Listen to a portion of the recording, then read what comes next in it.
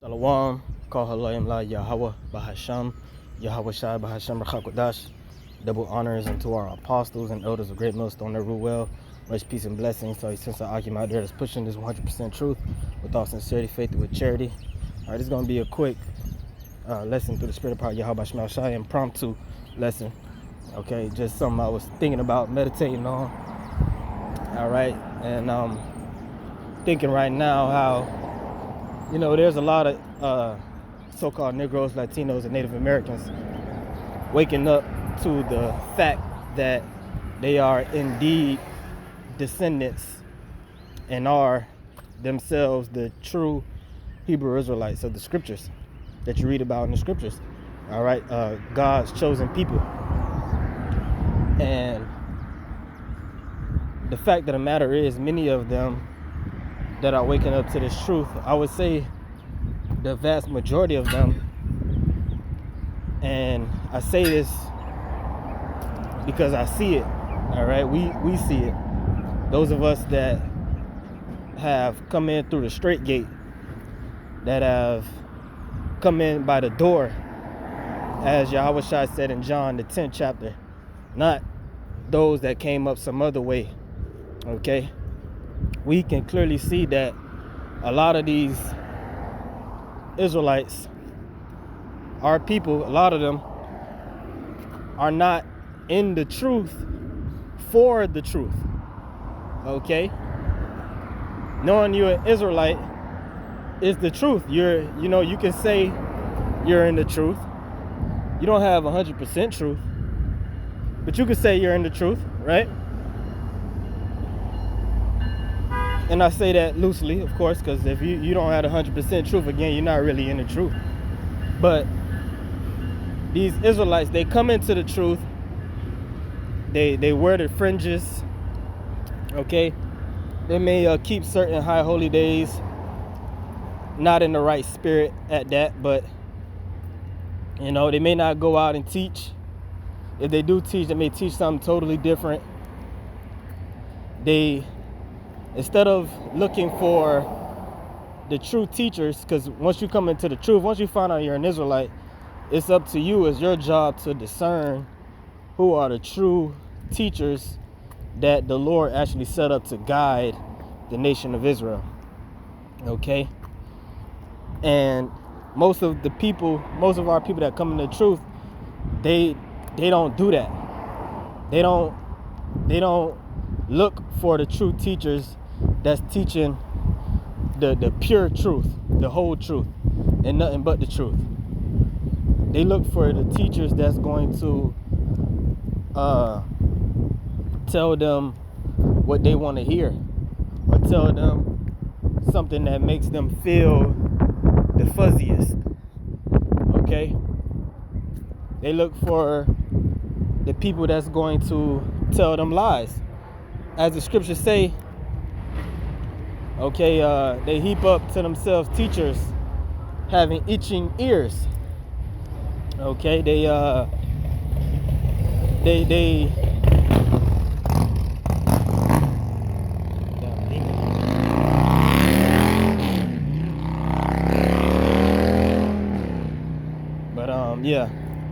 Salakia, they look for people that's going to lie to them, tell them lies. Like the scriptures say, prophesy deceits. Okay, prophesying to us smooth things, which is nothing new. When our people knew there was Israelites, in times past, thousands of years ago, they were in that same spirit. Okay, but the elect, the chosen, because not every Israelite is of the elect of the Most High. You have the elect, which is the nation of Israel, the chosen people, but there's a chosen within the chosen.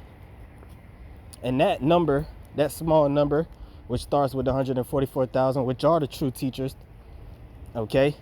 And then those that believe on the word of the true teachers after them, men, women, and children, they're going to seek out the truth for the truth's sake. They're going to be in the truth for the truth's sake,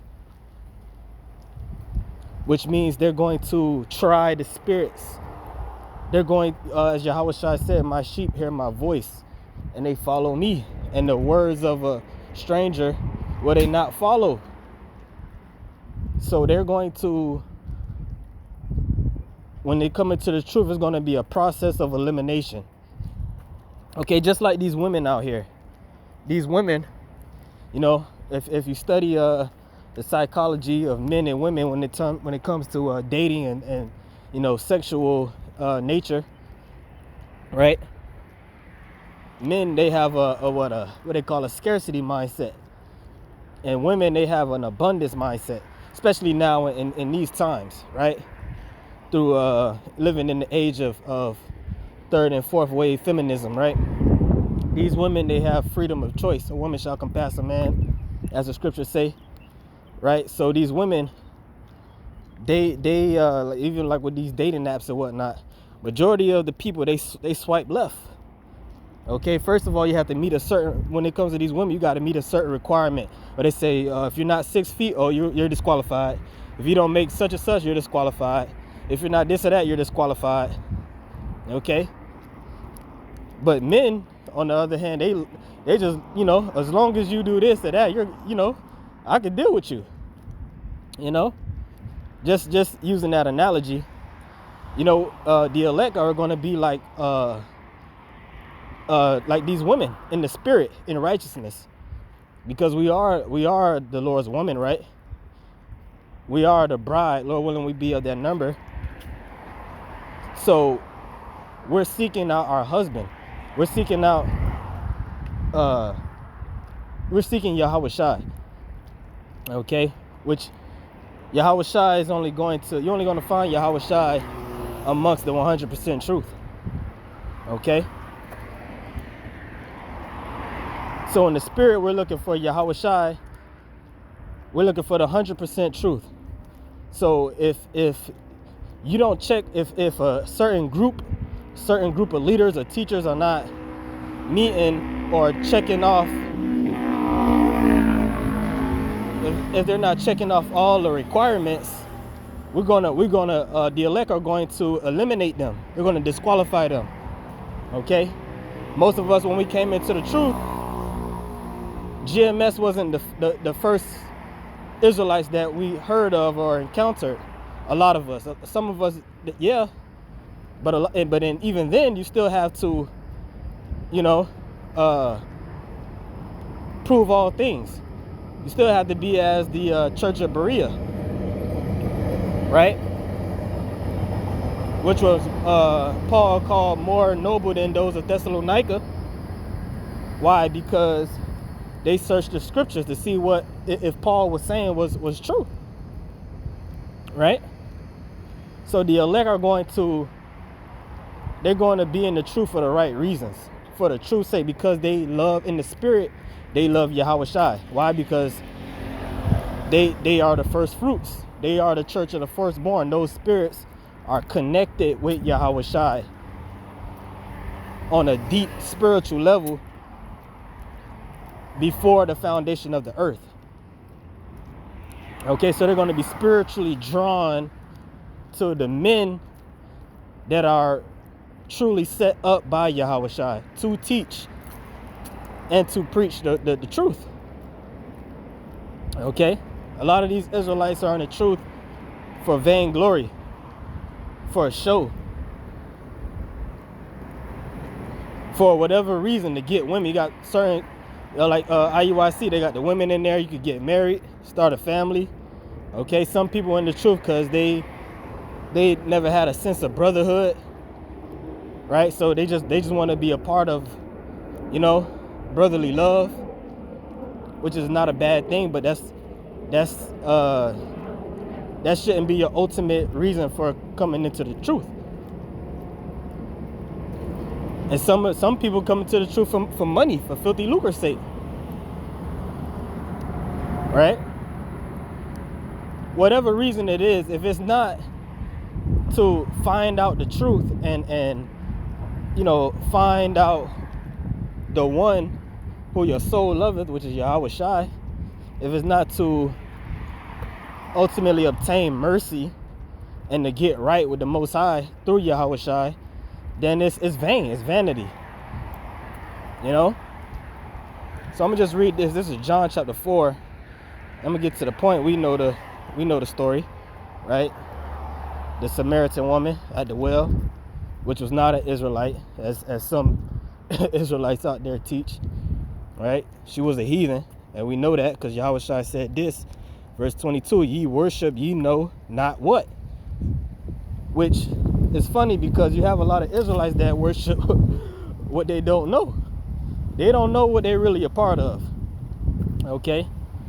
But we know this woman was a heathen because he told her that you ain't gonna worship the Father in this life or the next life.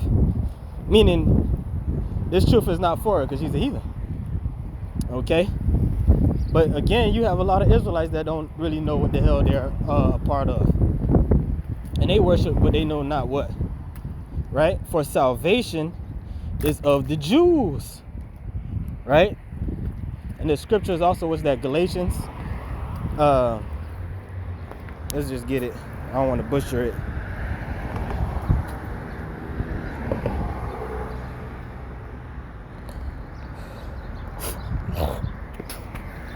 Oh, that's Romans, Salakia. Romans 2:28, for he is not a Jew, which is one outwardly, neither is that circumcision, which is outward in the flesh. Right. So you got a lot of Israelites that wear the fringes, right? Where your fringes at, brother? Keep the commandments, brother. You know, they make keeping the commandments greater than faith, greater than the sacrifice of Yahushua, greater than mercy.